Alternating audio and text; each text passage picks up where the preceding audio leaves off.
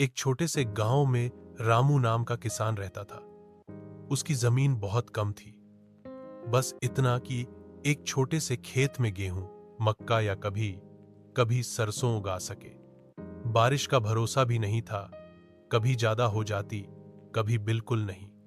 फिर भी रामू सुबह सूरज निकलने से पहले उठता, बैल लेकर खेत की ओर निकल जाता और देर शाम तक मिट्टी से लड़ता, पसीना बहाता।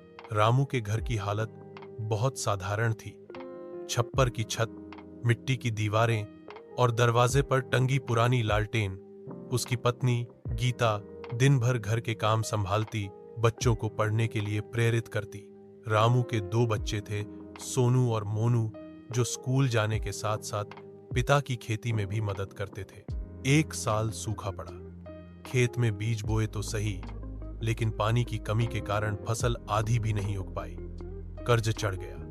गांव के पैसे वाले जमींदार ने बार बार रामू को तंग किया कि पैसा चुकाओ वरना जमीन ले लूंगा। रामू परेशान हो गया, लेकिन उसने हार नहीं मानी।